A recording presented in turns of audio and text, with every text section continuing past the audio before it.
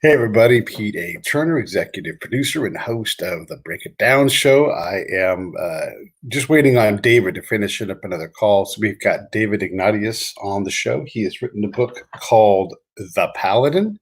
You see that okay? And it's interesting because I've read through the book. It's a book about spies. With go figure. That's always right up my alley to have that kind of thing on the show. And pardon. The thing that's neat is that in this time of misinformation and disinformation and deep fakes, that kind of stuff, that world's only going to get more confusing, and there's always someone out there trying to cheat the system, and that's a lot about what the Paladin is like. So if you like a thriller, a good spy thriller, this is a good book to have on. David is a DC regular. He's someone who has studied and written about the Middle East for years and years, and he may not realize this, but we actually have, we were sort of email pals for a minute in the mid 2000s, in the mid aughts when I was in Iraq, because I was asking him questions on what he was seeing, and he was able to ask me questions about what was happening on the ground. So, though I'm positive you won't remember, that was a thing at one point where we would exchange email messages. And David is coming in now, so let me grab him. Hi, forgive me for being late on the draw. I just got a little bit confused about how to do this. Man, it's fine. Hey. You got to work when you can. Hey, do me this favor. We're already started, so just say this is David Ignatius, and you're listening to you're watching the Break It Down show. This is David Ignatius, and you're watching the Break It Down show. Ignatius. I gave it a shot. I thought it was Ignatius. I thought it was more Latin-based. Okay, so David Ignatius has written the book Paladin. You guys, I'm going to show you again here on the video. It's fantastic. And as David, I don't know if you know, but I'm a counterintelligence agent from my Army days. You and I used to interact a little bit via email during the mid 2000s, talking about Iraq and the Mideast, and just a few emails. I'm positive you wouldn't remember, but you've given your book to someone who knows the spy world and intrigue and all those kind of things. And I will tell you, I loved it. I thought the book was fantastic. I'm delighted. You couldn't say a nicer thing. You're the reader who I want to like the book, but I'm always scared we'll say, no, it's not like that. Well, I mean, it is like that. You've really picked something that if you've not put your finger directly on the pulse, you probably put it directly in front of it. Like, this stuff is coming, deep fakes and misinformation is happening all the time. It's what inspired this? So, we're all living through the same experience of how easy it is to manipulate information. We increasingly mistrust the information that's coming at us, and for good reason. We don't know whether it's been cooked, spun, and the 2016 presidential election, whatever you think about it, right, is an example of how vulnerable we are as a country. I mean, we've been spun up now for 4 years about the allegations that emerged about Russian meddling. I believe that they did. Right. I think the evidence is pretty solid. But, as you know from your background, the issue going forward is we're not going to be dealing just with fake news that's put on our Facebook feed, news that's, in some way amplified by intelligence services. We're going to be dealing with fake events, with events that never happened, with video and audio imagery that appears to be completely accurate and reliable, but was made by a computer. We're already there in terms of the technology, Pete. So it's happened. The deployment of these tools in the intelligence world is coming, and my novel really is an attempt to think about what's over the next hill, about how the CIA dispatches a young officer to try to penetrate a group that's mastering these techniques. It's an assignment that is illegal because this group calls itself a news organization, and that's a no-no. You're not allowed to do that at the CIA. He gets indicted and convicted and sent to prison. He's left hung out to dry. Right. And so the book's really his effort to figure out, who were these people? Who took me down? Why did they do it?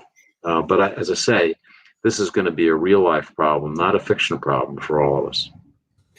This is an important point because regardless of what you think of either candidate or either outcome, well, here's the thing, and then this is not in any way pointed at you, but when the president, as erratic as he is, when he says fake news and everybody keeps obliging him, it only makes the problem worse because everybody's enriching themselves on his erratic behavior. So this happening a number of times where they put out a story that's proven to be wrong because they wanted to be first, and then maybe the retraction happens, but the damage has been done, and in a lot of ways, like you use financial markets to make this happen. But whether or not you like the president, there's always another one coming, and if you can write whatever you want and go, oh, sorry, retraction, it's too late. The news is broken, it's spread, it's gone viral. It's a terrible way to run business. The facts don't catch up with the misstatement. Every time you misstate it, you reinforce in people's mind the initial false statement. And I think President Trump, whatever you'd say about him, is a genius at the use of these communications techniques. He'll get a nickname for somebody or a little side jab, and then every time the subject comes up, he'll repeat it, and it takes on a life of its own.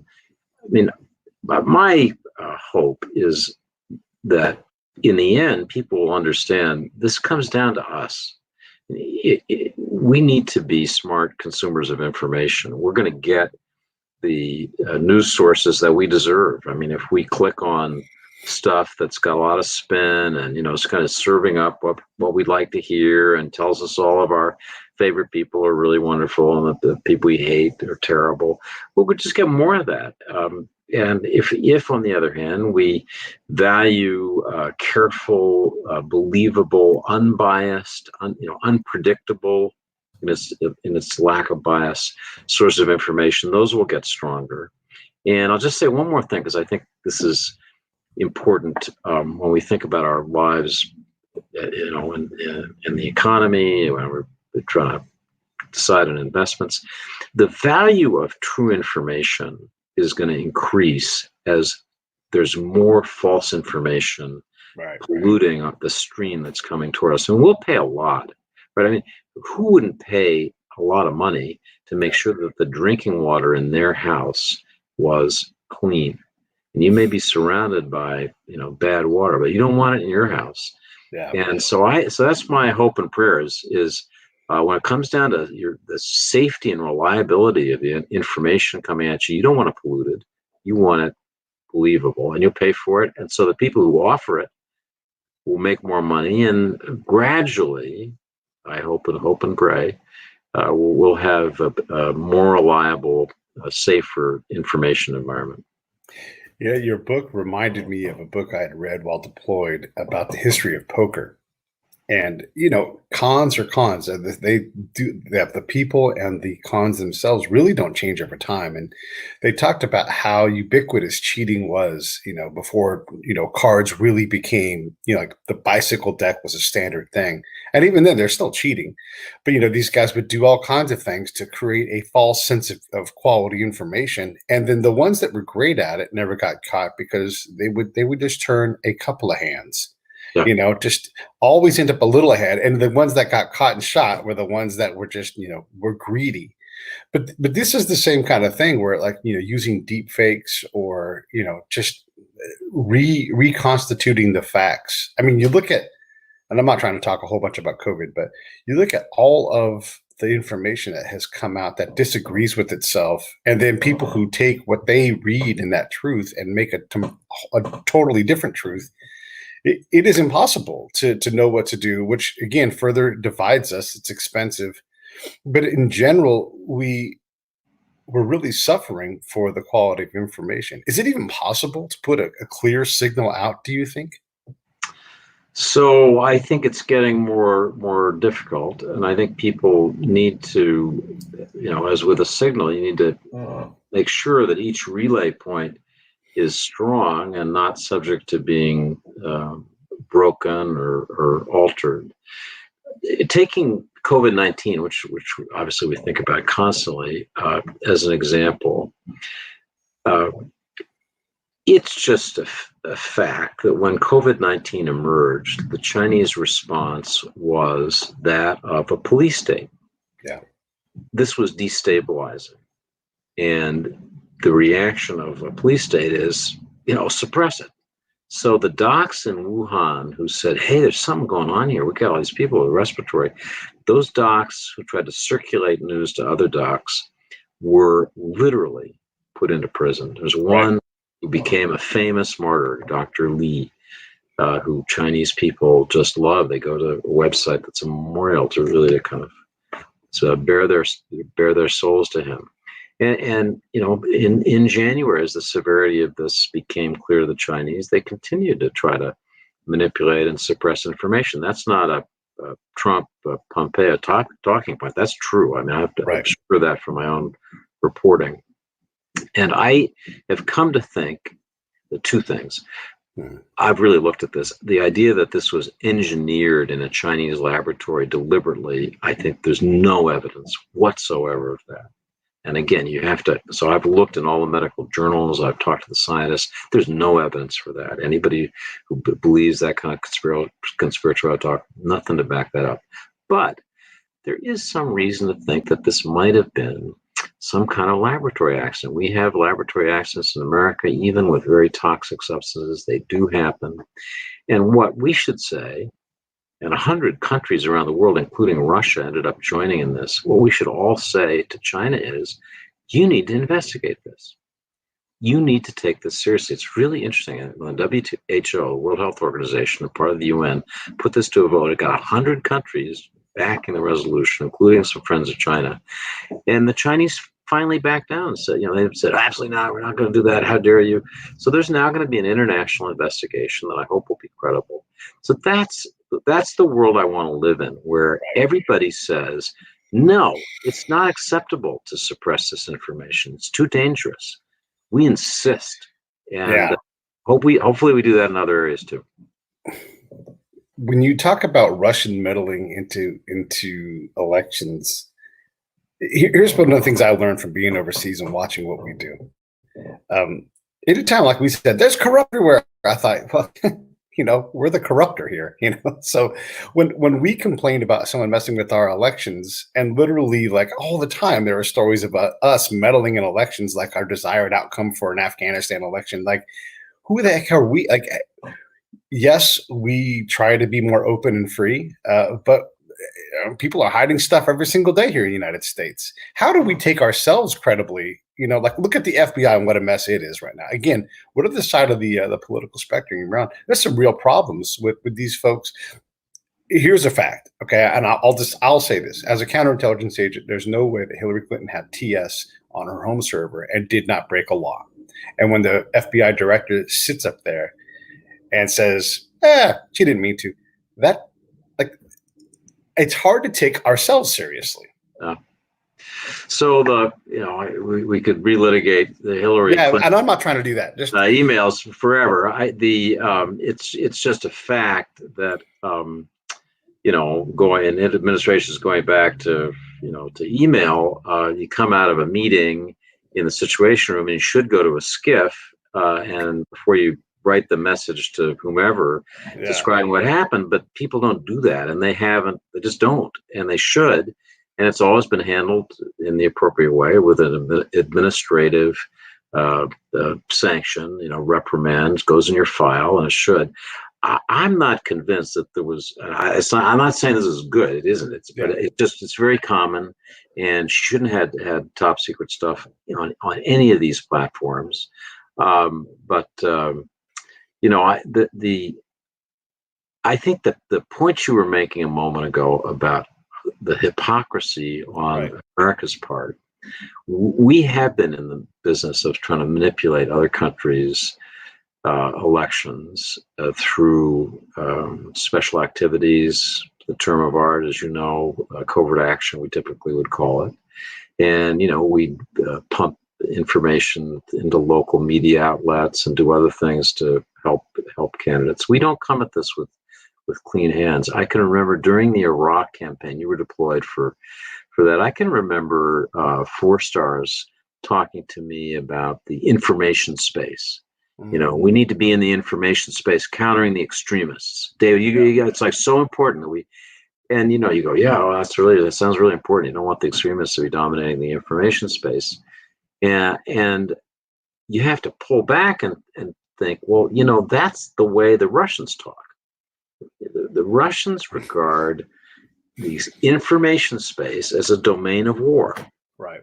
They make no bones about it. It's a domain of war, and they see war, conflict. It's a rheostat. You dial it up and down. We think it's an on-off switch, right? You're either at war or you're not. They don't. They think it's a rheostat, and like they've always got some light on. They're always doing some stuff, and I fear that we're entering that. I don't fear it. I know it. I've written this.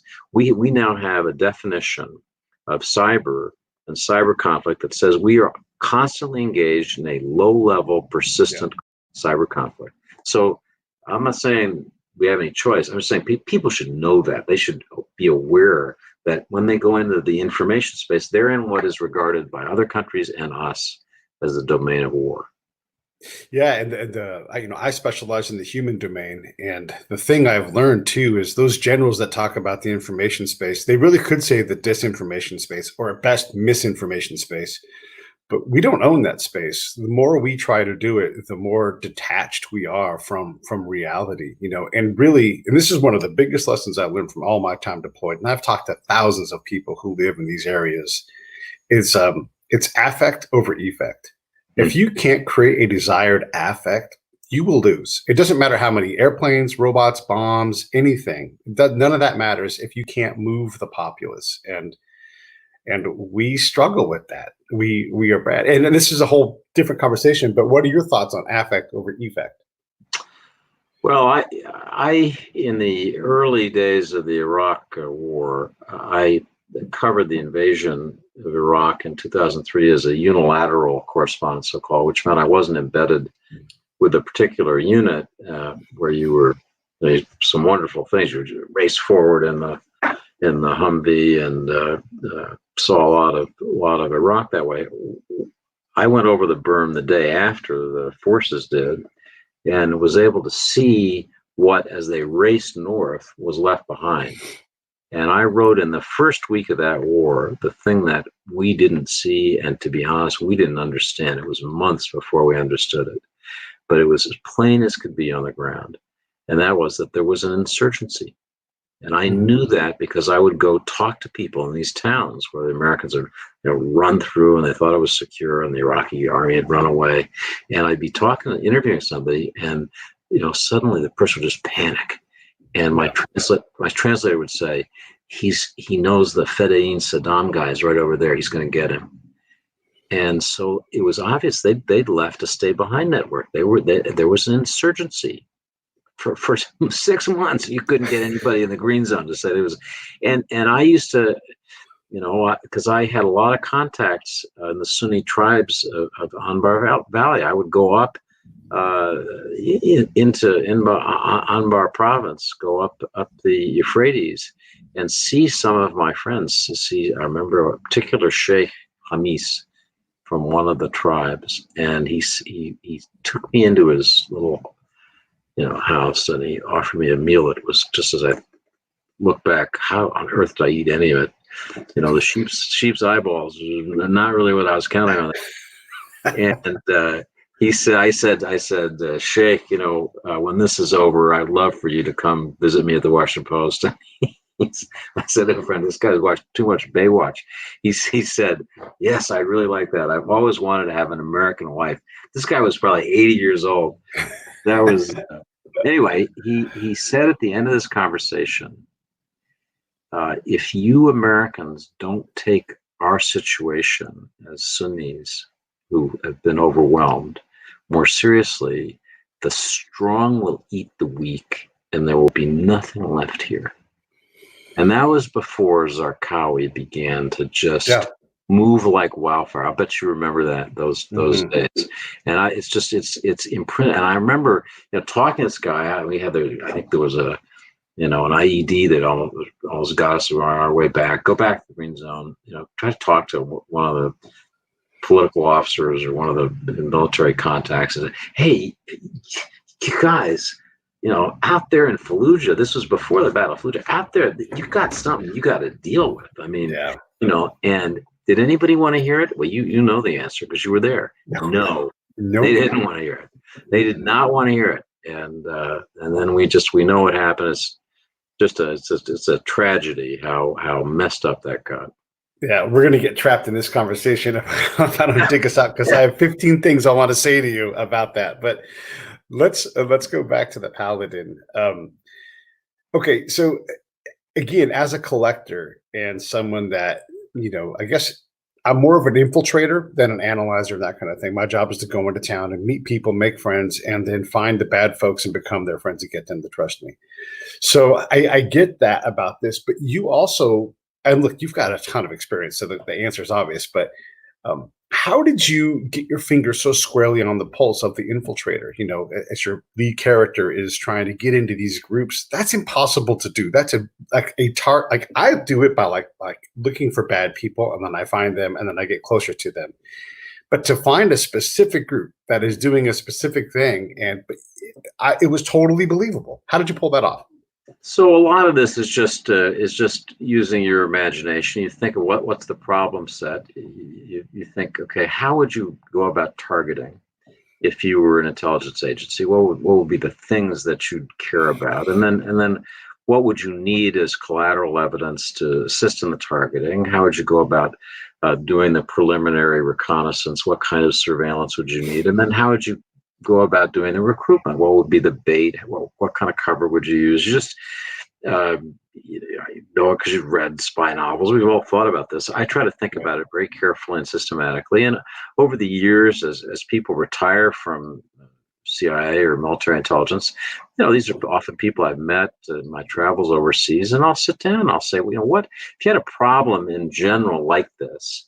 How would you deal with that? Like, what would be sensible practices? And so you can layer a narrative that I mean, when you say to me, and you did this, you said it seems realistic to me. I'm really pleased, but it's the fruit of having talked to lots of people like you who did this work and say, yeah, it's kind of like this.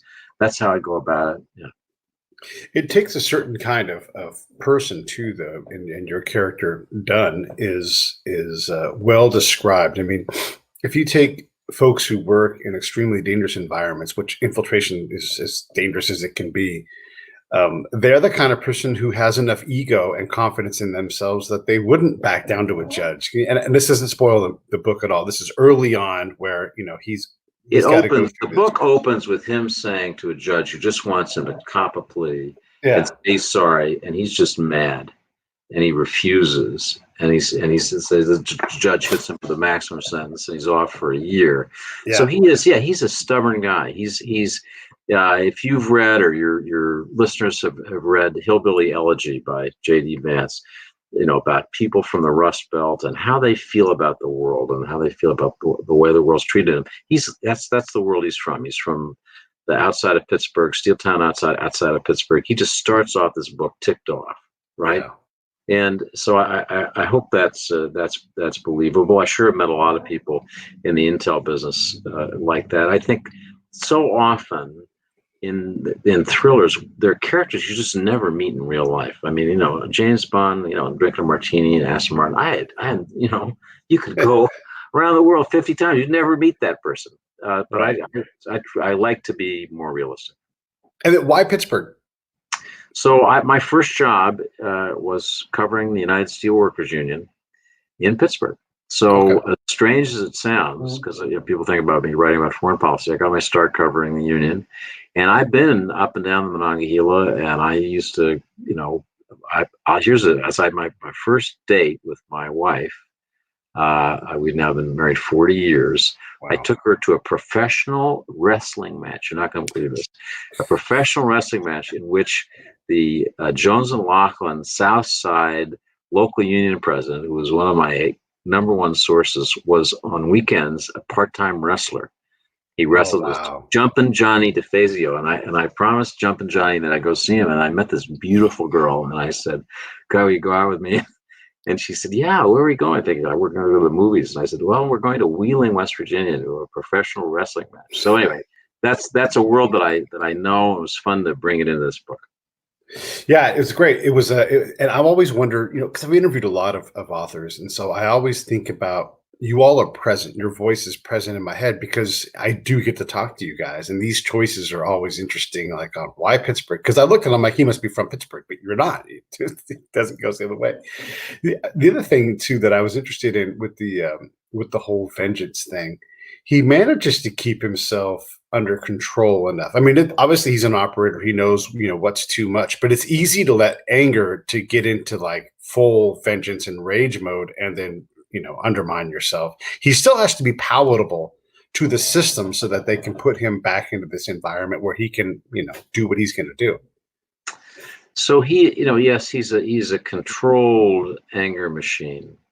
He does some things that are stupid that the reader doesn't really understand until you get towards the middle of the book, that help take down his marriage, his family, and you don't really understand that till you get to the middle, and that's part of his self-understanding.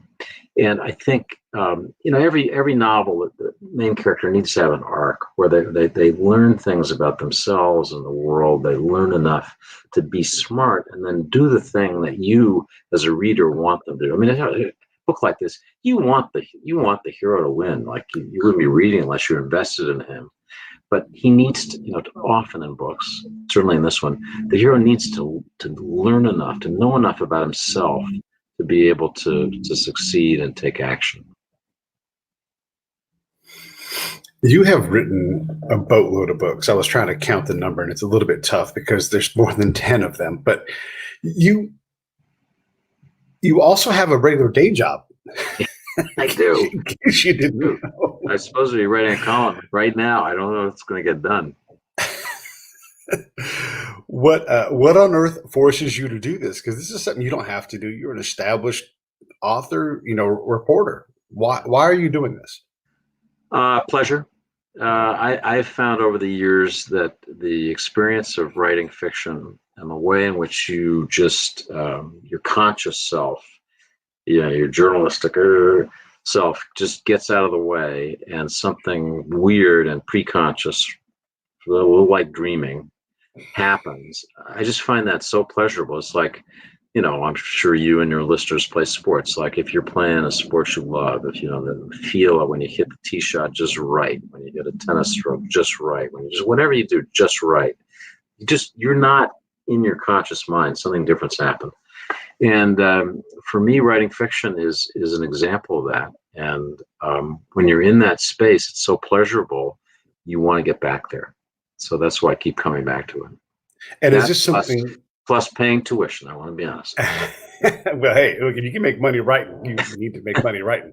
And is this a design for you? Like now that this book is done, I will write the next one and it will come out in 2022 because that's how long it takes you? Or is this like I get moved and then the well fills up and then I write? How do you sort that out? So I try to start with a fresh slate every time. And a lot of people, I think, to readers' pleasure, come back to the same characters, Lee Child and Jack Reacher. If you like to read Lee Child, you love that character. Lee Child said, "No, I don't want to write about it anymore." You'd be upset. Michael Connelly and Harry Bosch, same way. A lot of the people we love to read, we just get used to them. I, for whatever reason, have never wanted to have the same character recurring. I've written 11 novels. I'd like to write a 12th. Each time I try this, I'm convinced that I'm going to fall on my face. It's like, because I don't write to formula. It's not the same character. Each one is like, man, this time they are really going to find you out. They're going to. So this book happily is done well enough that I think I'll be able to write a 12th. That's literally the way I looked at it when I was going into it. I just want it to do well enough that I'll have another. They'll give me the dice again. It's like I can try this again.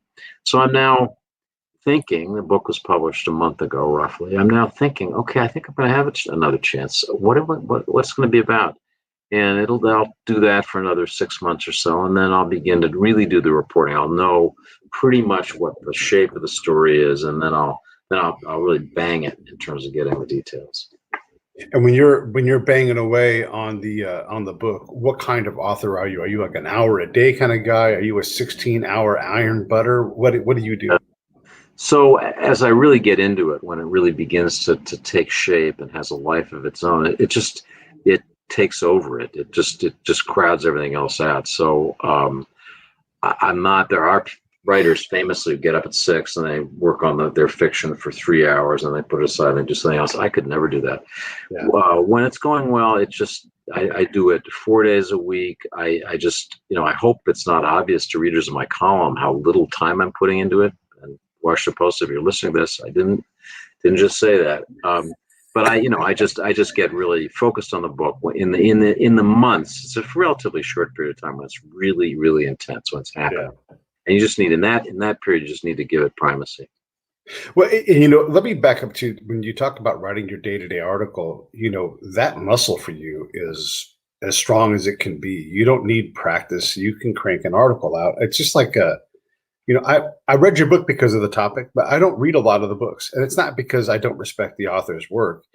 It's just, you have to marshal your time. I have done so many interviews that I don't have to do a specific case by case preparation because I've done the work. It's behind me. I've already done it. And when you write your article, surely that must be the case where a lot of it just falls out of you. It's like, Yeah, it's so. I mean, I like my columns to be as reported as my books. So I like them to be about something real and not just a riff on, whatever stupid thing was in the news yesterday. I columns like that don't interest me.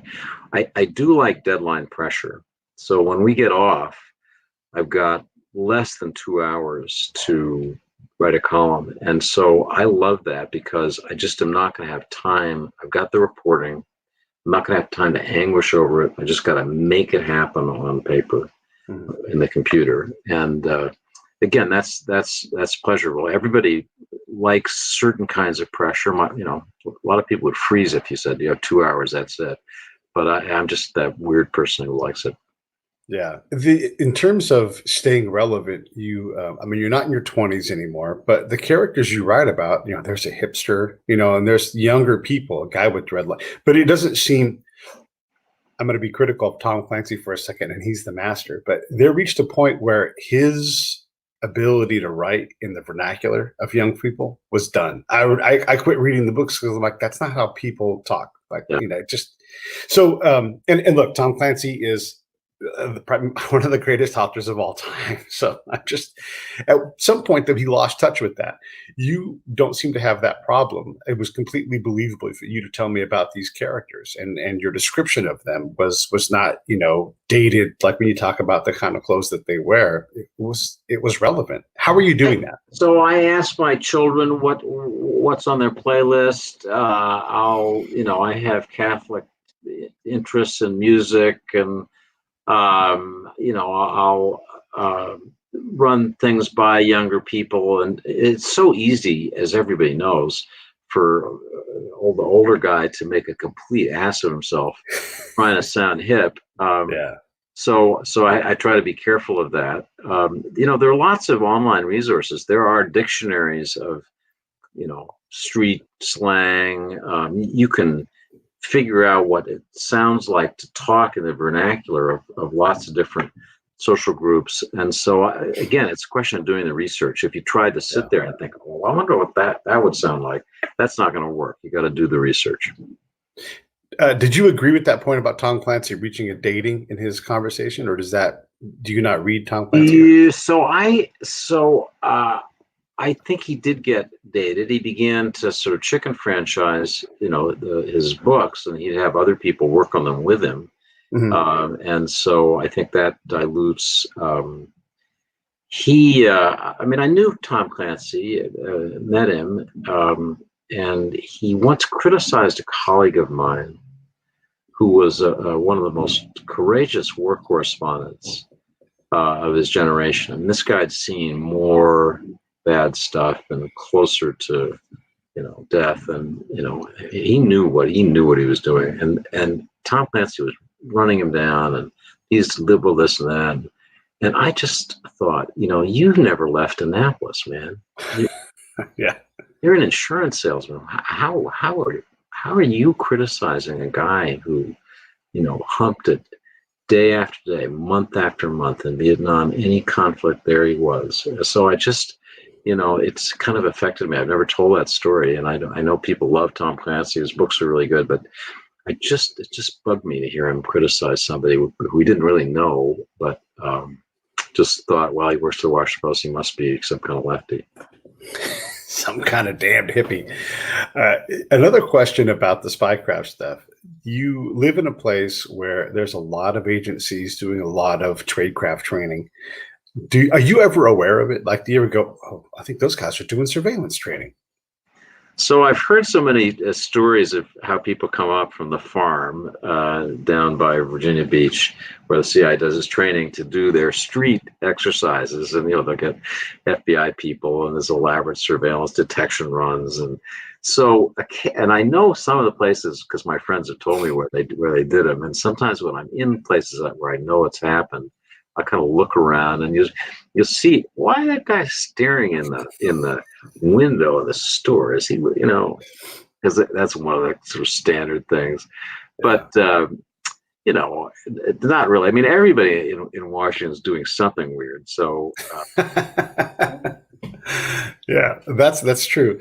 It is funny because I've done training in DC, and you can spot yourself in a second. So yes, you're in a distinct exercise, and you're working on surveillance in this case. But you'd be walking through, I don't know, the mall or something, and you're like, those guys are having a practice source meet. I can see it, because there's a third guy at the other table looking at right now. For those who are listening, I'm staring intently at the person at the table next to me, and they're scratching notes, and it's a great place to go do it. And then, if you want to hide in plain sight, you go to the mall and you walk around and do surveillance, because it's hard to do surveillance there and not stand out, because it's such a big area. You can quickly figure out if someone's. One of the things that I have thought about is, when I travel overseas, when I'm in Moscow or in Beijing or Shanghai, I have to remind myself that I'm just there typically as a tourist or as a journalist. The last thing you want to do is in any way look suspicious, look like you're trying to avoid. And we all have a tendency when we're in a scary place to go look over our shoulder and you just have to calm yourself down and remember fixed surveillance. I mean, you could be in an empty Moscow metro station, but every move you make is being watched and analyzed. And the Chinese now they don't need people on the street. They just your facial recognition. They got you everywhere you go. So and not only do they have your face, but they have your DNA. I mean, an interesting puzzle for your listeners to think about. I've thought about a little bit in my fiction is, in a world where your DNA, your facial recognition, your eyeball structure, not just your fingerprints, are all available. How do people change identities? How do they move covertly from across borders?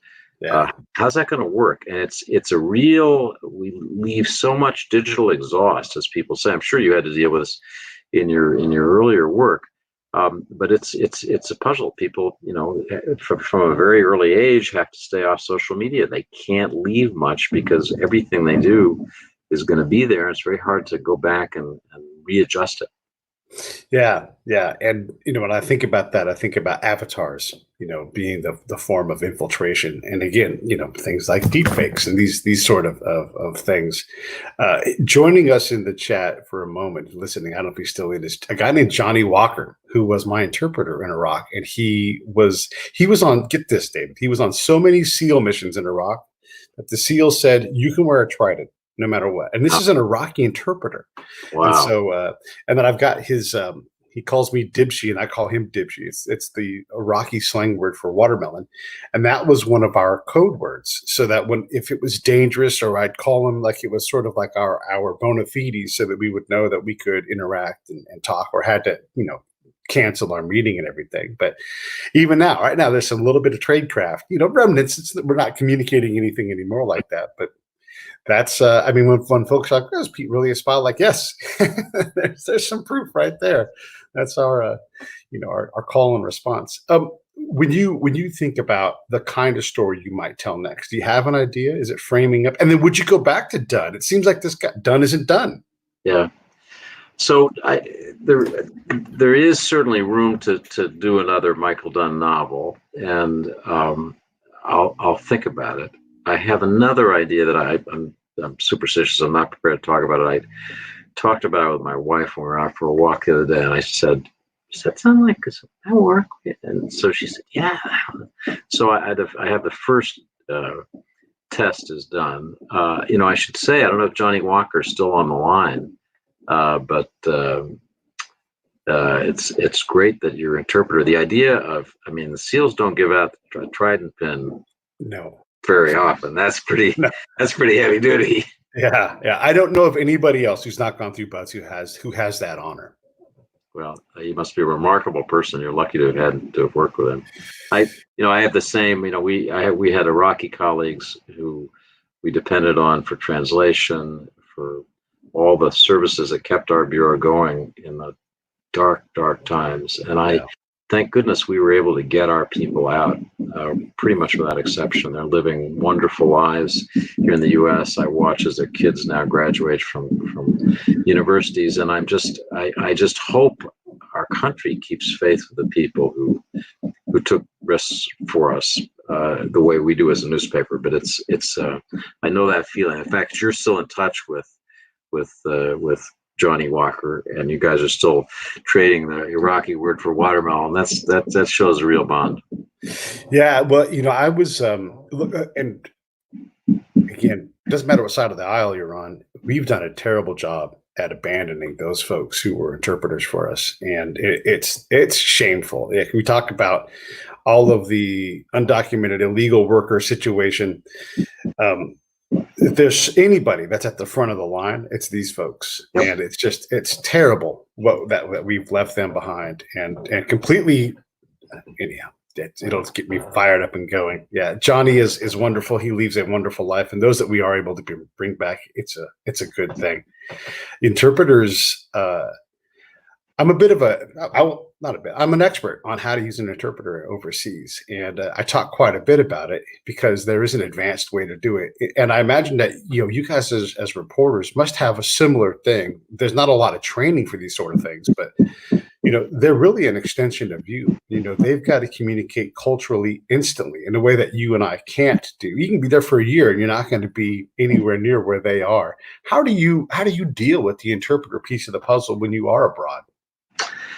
Well, you need somebody, as you say, who will, get the said and the unsaid. The French say le dit et le non dit. Yes. And so that's important. You need somebody who gets you. The ideal interpreter will spend a little time with you before going out on the interview, just so that as they ask the question, they're conveying the kind of person who's asking it. And then they'll do that with the answer, that give you some of the background and richness that motivates the answer. I always feel it's important, even if I don't speak Arabic well enough to get in any reliable way what's said, to size up somebody. And you can tell a lot about somebody. In that culture, I mentioned to you earlier in our conversation, sitting with the sheikh, and the sheikh, offering me a lunch, and he put his hand on his heart as a way of saying, "I really mean this." And when he said, "This is what's ahead," when people are really speaking from the heart. It doesn't mean they're not being manipulative in it.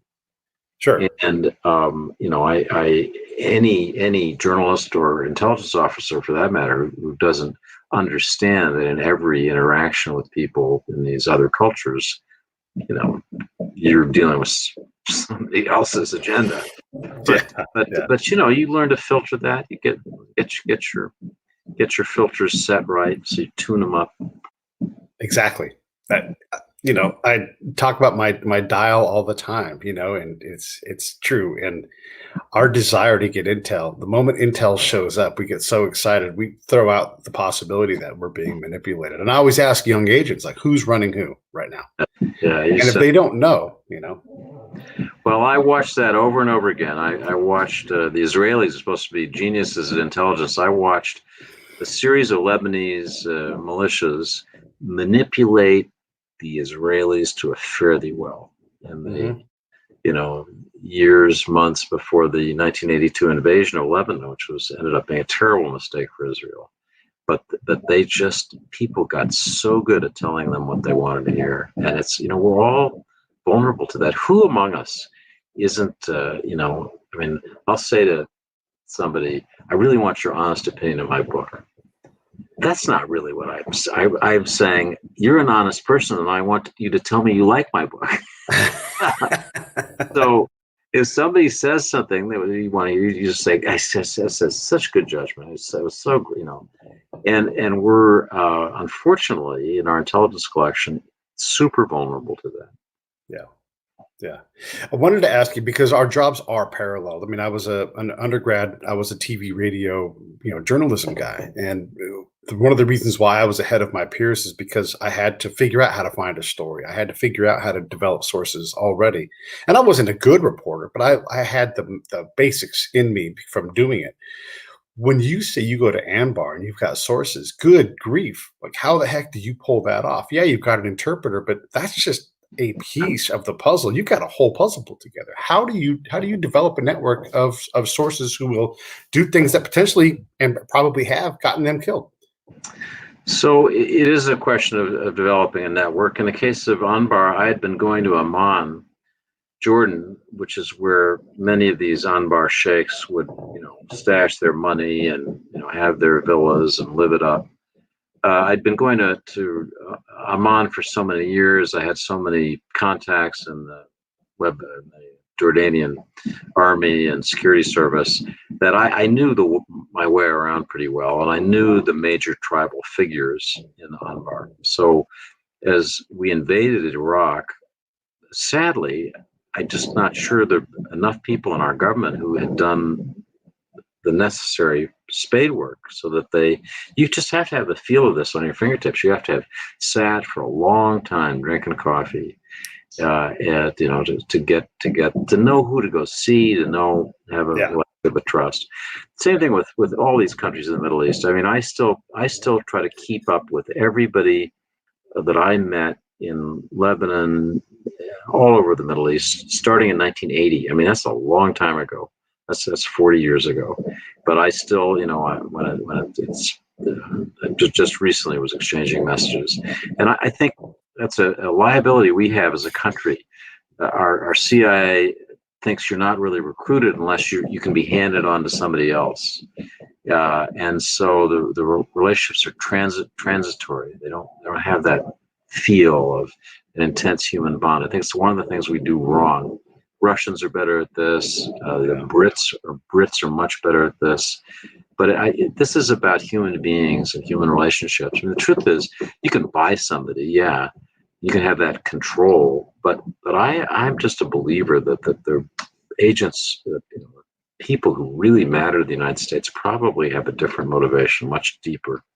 They're not just bought. Something else.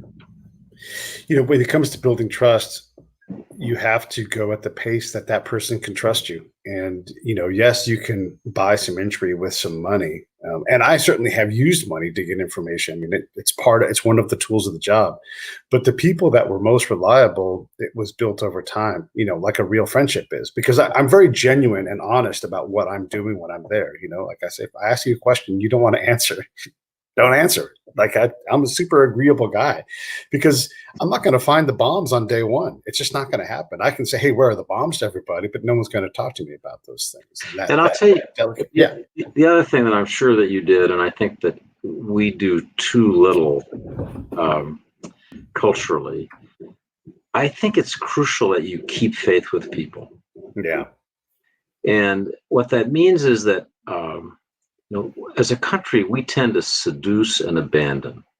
everybody's hot for Lebanon, and so we're going to Yes. buy up every Lebanese asset we can, and then the season changes. It's politically not popular. A Yes. bunch of Marines get blown up. Man, let's get out. Let's get out of Dodge, and we leave behind all these people who trusted us, and they're just and as you know better than I, that's what happened in Iraq. We left behind, and they're enraged. I have been watching this in Syria. I mean, I go in and out of Syria a lot with our special operations forces, as I write often, but I just have had an unusual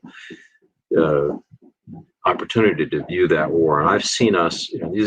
Syrian Kurds are some of the best allies we've ever had. They stand and they fight and die. You give them an objective, they do it, and we just walked away from them. All the things that this administration has done, I got to say, this is the one that just, man, it grates, because these are people who stood up. We did. How many people were killed in action in our fight in Syria when we took down ISIS, destroyed this group that was terrorizing the Middle East? 5. Do you know how many these Syrian Kurds got killed? 12,000. Yeah. And 25,000 seriously wounded. So and they were the stand-up men and women, because there's a lot that we dream of having as our allies. And what did we do to them? We said, "Sayonara, Charlie." And every time. That's what we do. I mean, I hope your listeners just think this is something we can't keep doing. It's one of our worst qualities. It is again embarrassingly true. Interpreters, people, like if the president wanted to be bold in the Middle East, you draw a circle on the map and say that's Kurdistan, and I dare anybody to say it's not. Like, if you really wanted to do it. Otherwise, every incursion into Kurdistan is born in deceit, every single one. And I don't know that there is a president that should or could say that's Kurdistan, but that would be the only way to repair that thing. We are always going to walk away from them, because that's just how it is. They're great fighters. They have been betrayed over and over again. Why they keep coming back? Like Lucy in the football. I don't know why Linus keeps thinking he's going to kick it. Your analogy was better than mine. That's well, look, let me wrap this up, because I could talk to you about this stuff for actually I have one more Middle Eastern question, because this is always interesting to me. If you could define the boundaries of the Middle East in your mind, and I'm not asking for academic, like, what's your sense? Because I've heard Morocco included, and Afghanistan on some maps. What do you think is the Middle East? So I think of the Near East as a very integral unit that I understand well, and that's Lebanon, Syria, Jordan, those contiguous countries. Then I think of North Africa, where the Arabic sounds different. As soon as you cross into Egypt, it's a different. The G goes from a hard to a soft. As you move further west, the culture of Libya. I mean, Libya is the most tribal place I've ever been. The Romans couldn't put Libya together. They couldn't make it. The Ottomans could never make Libya work as a country. And so I think of that as, it's technically in the Middle East, but it's so nuanced. No wonder we make such mistakes. And by the time you get to Morocco, French is the second language. Moroccan Arabic is so hard for people from other parts to understand. The Gulf in the same way. So increasingly, I'll be honest, I've kind of disaggregated. I used to write about Middle East policy, like as if that had meaning, and increasingly it doesn't for me. I just need to disaggregate, and I want us to, as a country, to have people on the ground who get that, who know that Oman is not the same as the country next door, the United Arab Emirates. It's got different culture, traditions. It's got different kind of Islam, different worship practices. Anyway, someday, hopefully we'll get out of the Middle East. We won't have to worry about this, but that never seems to happen. To the extent we stay, you and I, we need to find a way to share what little we learned. Yeah, if they'll listen, I can share all I want, but if no one's listening, let me say. But do listen to this though. This is the Paladin. It's from David Ignatius. It's a fantastic book. One spy saying a spy novel that I thought was just fantastic, real.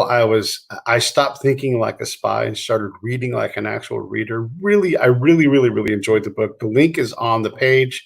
You can always get the link in the show notes. And I just, man, I think the world of you. I appreciate you talking to me back in the mid 2000s. It's neat. I'd love to hang out sometime in DC when we're And all me able too. to do these kind of Well, things. It's great. when you're back, I love this conversation. You and I tracked a lot of same terrain, and I have a feeling this isn't the last conversation we'll have. Well, thank you so much. I appreciate you. Okay, thanks a lot. Great conversation. Take care. Stand by for a sec.